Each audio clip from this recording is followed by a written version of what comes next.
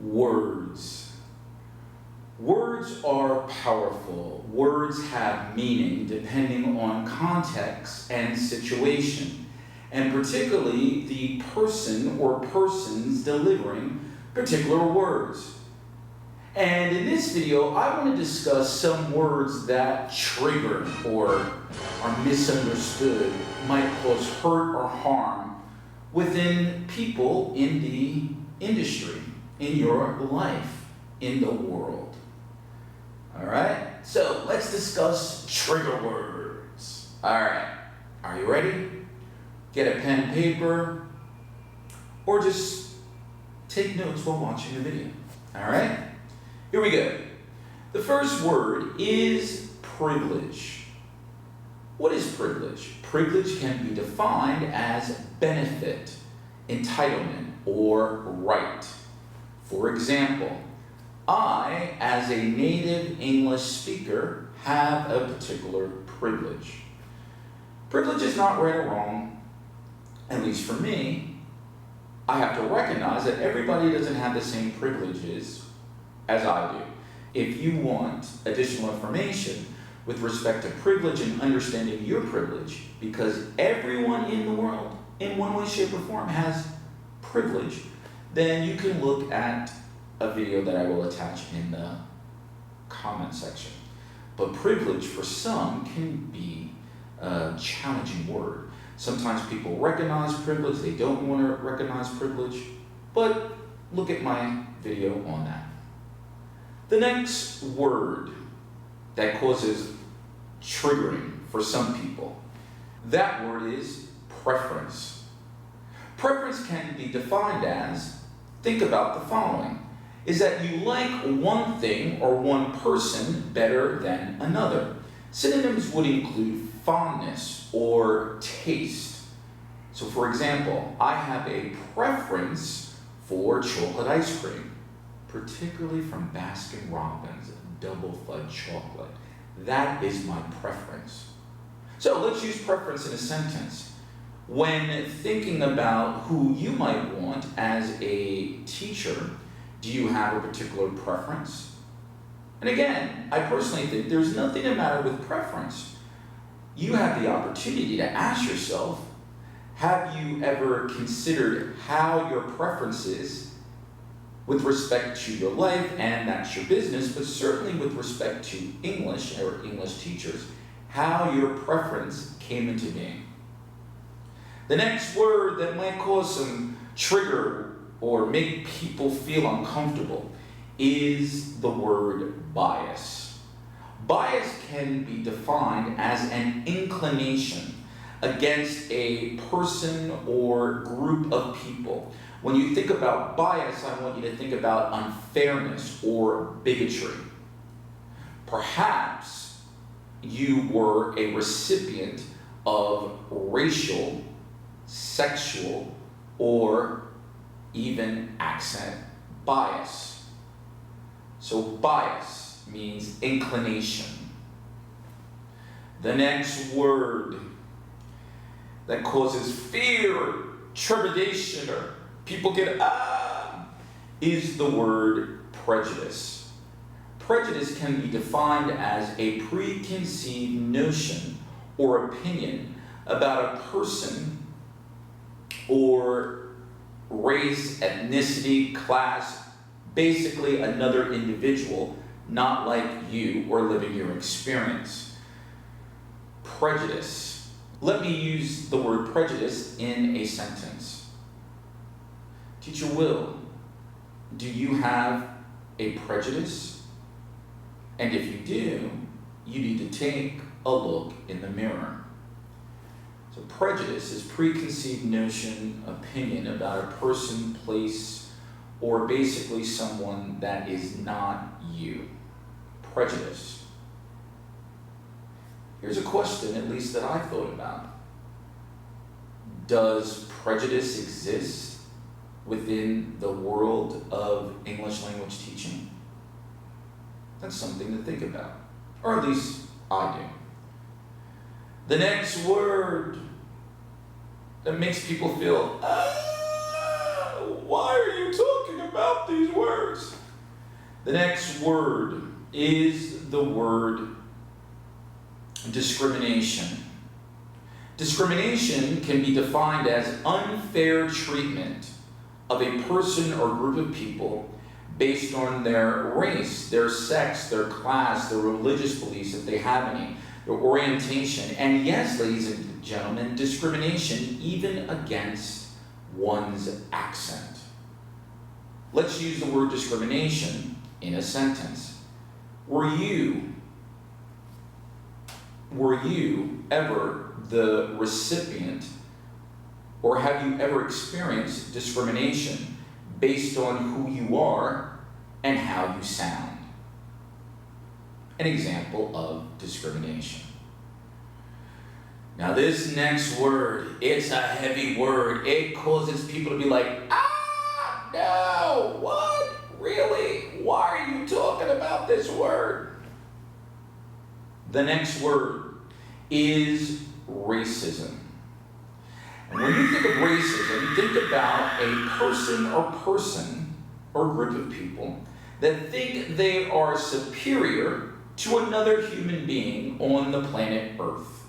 All right? Racism, okay, that can be broken up in two particular ways: individual racism and institutional systematic racism. And I'll talk about that in a moment.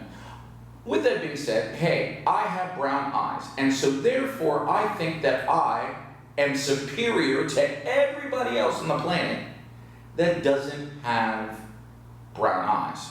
So and what I just said, if I said, hey, you know what, people with blue eyes or hazel eyes, you know what, you're inferior, I'm better than you. That's an example of racism. Now, public service announcement, I'm just using that as an example, okay? So be clear.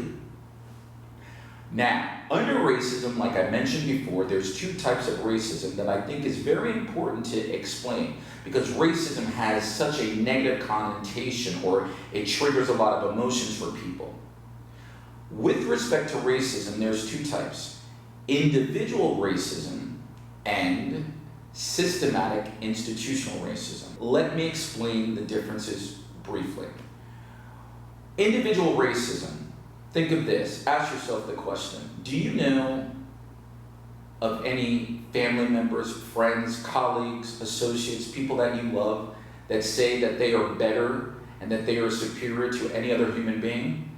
Do you know of any members in your family that are individual racists? They might say, hey, you know what? I'm better than this person, and those people look like this, and these people should go home or don't live here. That would be an example of an individual racism. All right? Now, how does, if at all, individual racism differ from systematic institutional racism? Well, think about, or at least when I think about institutional systematic racism, I think about the following: is that racism is able to be implemented on a societal, country, government perspective.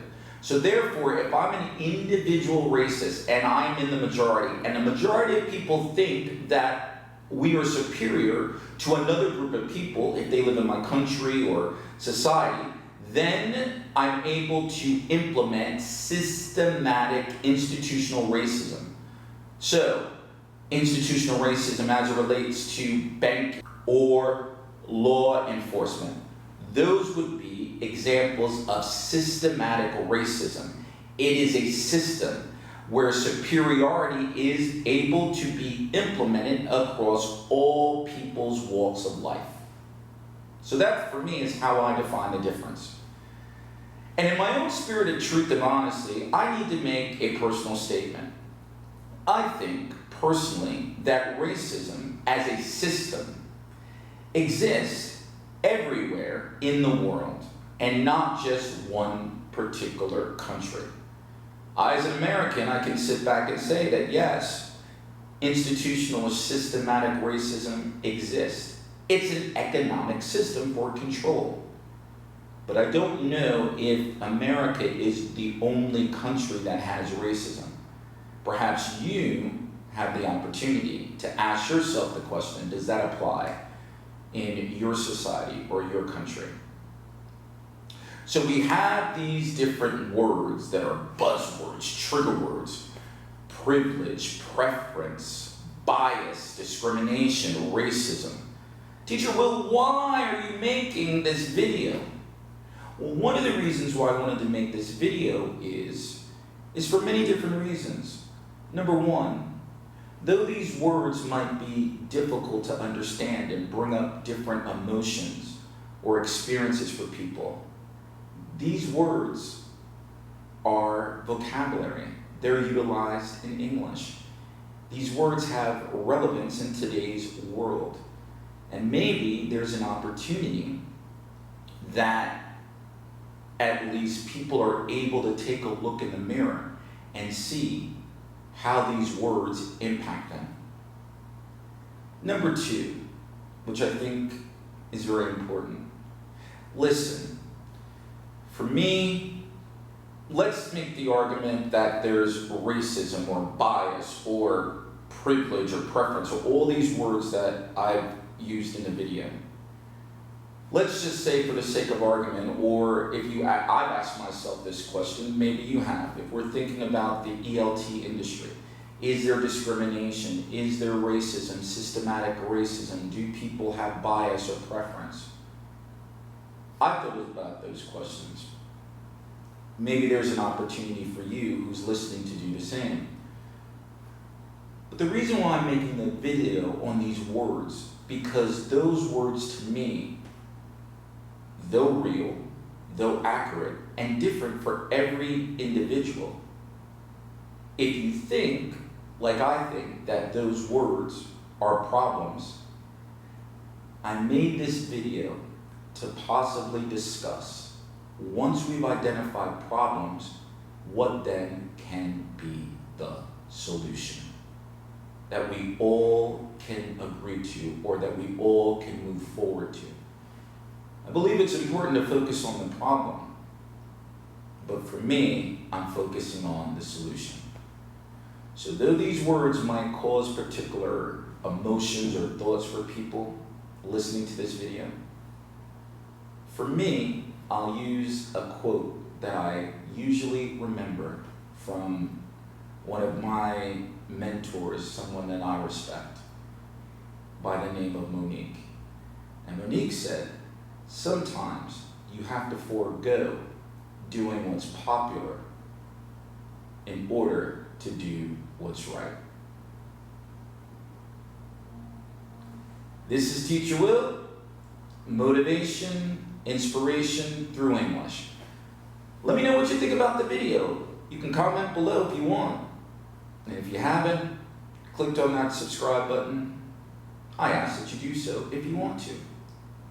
Why? Because hopefully this is the place where you and I, we learn together.